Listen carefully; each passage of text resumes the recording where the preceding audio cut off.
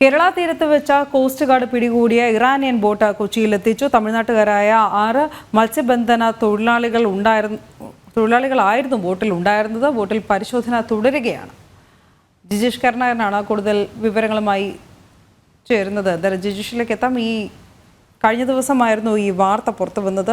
കേരള തീരത്ത് വെച്ചാണ് ഈ കോസ്റ്റ് ഗാർഡ് ഇറാനിയൻ ബോട്ട് പിടികൂടിയിരിക്കുന്നത്. അത് കൊച്ചി തീരത്തേക്ക് അടുപ്പിച്ചു എന്നുള്ള വാർത്തയാണ് വന്നിരിക്കുന്നത്. തമിഴ്നാട്ടുകാർ, പ്രത്യേകിച്ച് കന്യാകുമാരി സ്വദേശികളായിട്ടുള്ള മത്സ്യബന്ധന തൊഴിലാളികൾ, അവരാണ് ഈ ബോട്ടിലുള്ളതായി വിവരം ലഭിച്ചിരിക്കുന്നതും.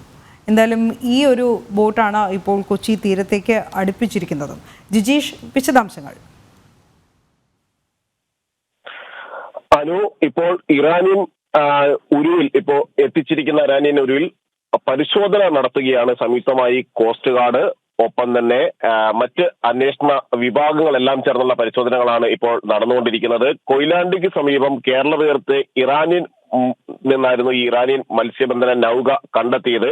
20 നോട്ടിക്കൽ മൈൽ ദൂരത്തായിട്ടാണ് ഇത് കണ്ടെത്തിയത്. കോസ്റ്റ് ഗാർഡ് തുറന്ന് ബോട്ട് നിരീക്ഷിക്കുകയും ബോട്ട് കസ്റ്റഡിയിലെടുക്കുകയും പ്രാഥമികമായി ഇവരെ ചോദ്യം ചെയ്യുകയും ചെയ്തിരുന്നു. തമിഴ്നാട് സ്വദേശികളാണ്. കന്യാകുമാരി സ്വദേശികളായ 6 മത്സ്യത്തൊഴിലാളികളാണ് ഇതിലുണ്ടായിരുന്നത് എന്നത് പ്രാഥമികമായി തന്നെ കണ്ടെത്തുകയും ചെയ്തു. അതിനുശേഷമാണ് ഈ ബോട്ട് ഇപ്പോൾ കോസ്റ്റ് ഗാർഡിന്റെ കസ്റ്റഡിയിലേക്ക് കൊണ്ടുവന്ന് കൊച്ചിയിൽ എത്തിച്ചിരിക്കുന്നത്. ഒപ്പം തന്നെ ഈ ബോട്ടിൽ വിശദമായ പരിശോധന നടത്തുകയാണ്. അത് കോസ്റ്റ് ഗാർഡും ഒപ്പം തന്നെ നാർക്കോട്ടിക് കൺട്രോൾ ബ്യൂറോയും അടക്കം ചേർന്നാണ് ഒരുമിച്ചുള്ള ഈ പരിശോധനകൾ നടത്തുന്നത്.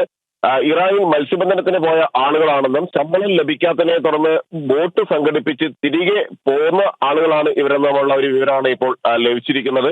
ഇക്കാര്യത്തിൽ കൂടുതൽ വിശദമായി അവരെ ചോദ്യം ചെയ്യുമ്പോൾ മാത്രമായിരിക്കും കാര്യങ്ങൾ മനസ്സിലാവുക. ബോട്ടിൽ ഇന്ധനം തീർന്നതിനാൽ കെട്ടിവെളിപ്പിച്ച് ആണ് ഇപ്പോൾ കരക്ക് അടുപ്പിച്ചിട്ടുള്ളത്.